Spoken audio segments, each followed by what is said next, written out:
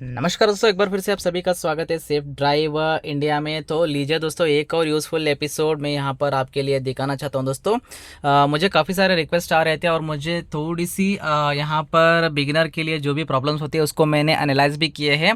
तो वहाँ पर मेजर फैक्ट ये हो गई दोस्तों, जब भी आप गाड़ी के अंदर बैठते हो, खासकर बिगिनर्स जो रहते हैं उनके लिए प्रॉब्लम ये कर रही है, जो आपकी जो फुट मूवमेंट्स है ना, फुट कंट्रोल्स है, वो तो थोड़ी सी आपको परेशान डेफिनेटली करते हैं। लेकिन उससे कैसे जूझे, मैं आज इस एपिसोड में आपके लिए बताना चाहता हूं दोस्तों। ठीक है, तो ये सारे हो गए, हैंड ब्रेक हो गई, ये थोड़ी सी आपकी गियर लीवर हो गई और स्टीयरिंग कंट्रोल, ये जो सभी है ना, तो ये सारे आपके हैंड कंट्रोल्स में आ जाते हैं। लेकिन जब भी बात आती है क्लच दबाने की, ब्रेक दबाने की, या फिर आपको एक्सेलरेशन करने की, या फिर क्लच और ब्रेक्स दोनों दबाने की जो बात आती है, तब आपको क्या होती है, थोड़ी सी हिचकिचाहट महसूस होती है। वो कॉमन सी चीज़ है, जब भी आप बिगिनिंग स्टेज के ऊपर रहते हैं ना, तो वो बात कुछ मायने नहीं रखती है। ठीक है, तो यहाँ पर मुद्दे की बात मैं करना चाहता हूँ दोस्तों। यहाँ पर मैं जो भी यहाँ पर दिखाऊंगा ना आपको फुट मूवमेंट्स, यहाँ पर आप देख सकते हो। या सॉरी, मेरी जो बूट है वो फट गई है, तो इग्नोर करेंगे उसको। यहाँ पर देखिएगा दोस्तों, फुट मूवमेंट्स मैं जिस तरह से यहाँ पर दिखाऊंगा ना, ठीक उसी तरह आपको भी निभाना चाहिए, ताकि आपकी जो फुट कंट्रोल से मिस ना हो जाए। ठीक है, क्या होती है यूजुअली जब आप बिगिनिंग स्टेज पे रहते हो ना, तो जब भी आपको ब्रेक लगाने की बात आती है, तो आपकी पैर जो है सीधा ब्रेक के आने के बजाय चली जाती है एक्सेलरेशन के ऊपर। ये एक कॉमन सी टेंडेंसी है और साइकोलॉजी भी है। जब भी आप हड़बड़ाते हो ना, तो जहाँ पर आपकी जो पैर है आपकी बात नहीं सुनती है, वो जाके सीधी पहुंच जाती है एक्सेलरेशन के ऊपर। क्योंकि ये जो एक्सेलरेशन की पॉइंट जो है ना, ये रिलैक्सिंग पॉइंट हम कहते हैं दोस्तों, ताकि आपकी जो पैर है रेस्ट करने के लिए यहाँ पर ऑटोमेटिकली आ जाती है। तो वहाँ पर दिक्कत क्या होती है, आपकी जो पैर है इस तरह से फोल्ड होने के बजाय इस तरह से ऑटोमेटिकली आ जाती है, और आपको पता भी नहीं चलती है, आपको सेंस भी नहीं होती है जब मैं ब्रेक दबा रहा हूँ या फिर एक्सेलरेशन। सो ज्यादातर बिगिनर क्या करते हैं, वो ब्रेक के बजाय ब्रेक के एक्सेलरेशन के ऊपर चले जाते हैं। तो यहाँ पर मैं एक पॉइंट आपके लिए बताना चाहता हूँ, यहाँ पर आप गौर कीजिएगा दोस्तों।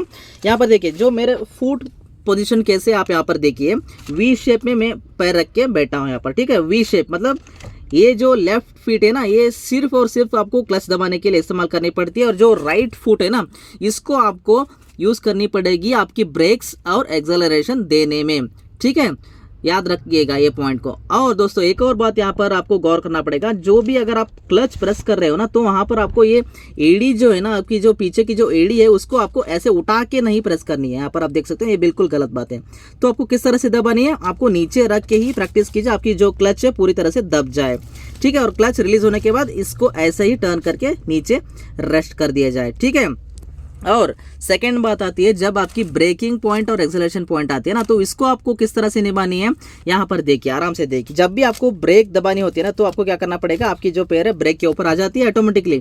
और जब भी आप गियर चेंज करते हो, आपको एक्सेलरेशन की जरूरत पड़ती है, तो आपको क्या करना पड़ेगा, इमीडिएटली आपकी जो पैर यहाँ पर देखिए, राइट साइड की जो फीट है ना, उसको बिना उठाए ही, यहाँ पर देख सकते हो, बिना उठाए ही आपको क्या करना पड़ेगा, सीधे एक्सेलरेशन के ऊपर चली जानी चाहिए। तो इस तरह से अगर आप लेके आएंगे ना पैर को यहाँ पर, तो वहाँ पे आपको प्रेशर भी ज्यादा नहीं पड़ेगी एक्सेलरेशन के ऊपर, और आपकी एक्सेलरेशन भी वेरी स्मूथली मेंटेन होती है। आपकी कार जो है ऐसे ऐसे धक्का नहीं खाती है। जब आप इस तरह से ज़्यादा एक्सेलरेशन दबा देते हो ना, तो फर्स्ट गियर में या फिर सेकंड में, तो आपकी कार जो है ऐसे ऐसे धक्का करती है। ठीक है, तो उसको अवॉइड करने के लिए आपको हल्की सी एक्सेलरेशन को दबानी होती है। तो इस तरह से यूज कीजिए। देखिए, ब्रेक के हो गया, और ब्रेक का एक्सेलरेशन चाहिए तो वी शेप में आ गया। ये जो पीछे की जो पॉइंट है ना, इसको उठाइएगा मत, ट्राई कीजिए खड़ी गाड़ी के ऊपर।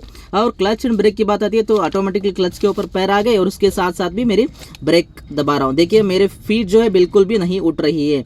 जब बात आती है गाड़ी ब्रेकिंग पॉइंट खत्म हो जाती है, तो हटा दीजिए पैर को आराम से, और फिर से रिलैक्स कीजिए लेफ्ट लेग को अपनी तरफ, और राइट लेग अगर आपको एक्सेलरेशन चाहिए होती है डेफिनेटली, तो आपको एक्सेलरेशन के ऊपर पैर रख देनी होती है। तो आपको बिना उठाए, एड़ी उठाए, आपको इस तरह से प्रैक्टिस करनी होती है। ये कोई नहीं बताएगा दोस्तों, ये आपको मैं बता रहा हूँ, क्योंकि ये बहुत ही कारगर साबित होती है बिगिनर के लिए।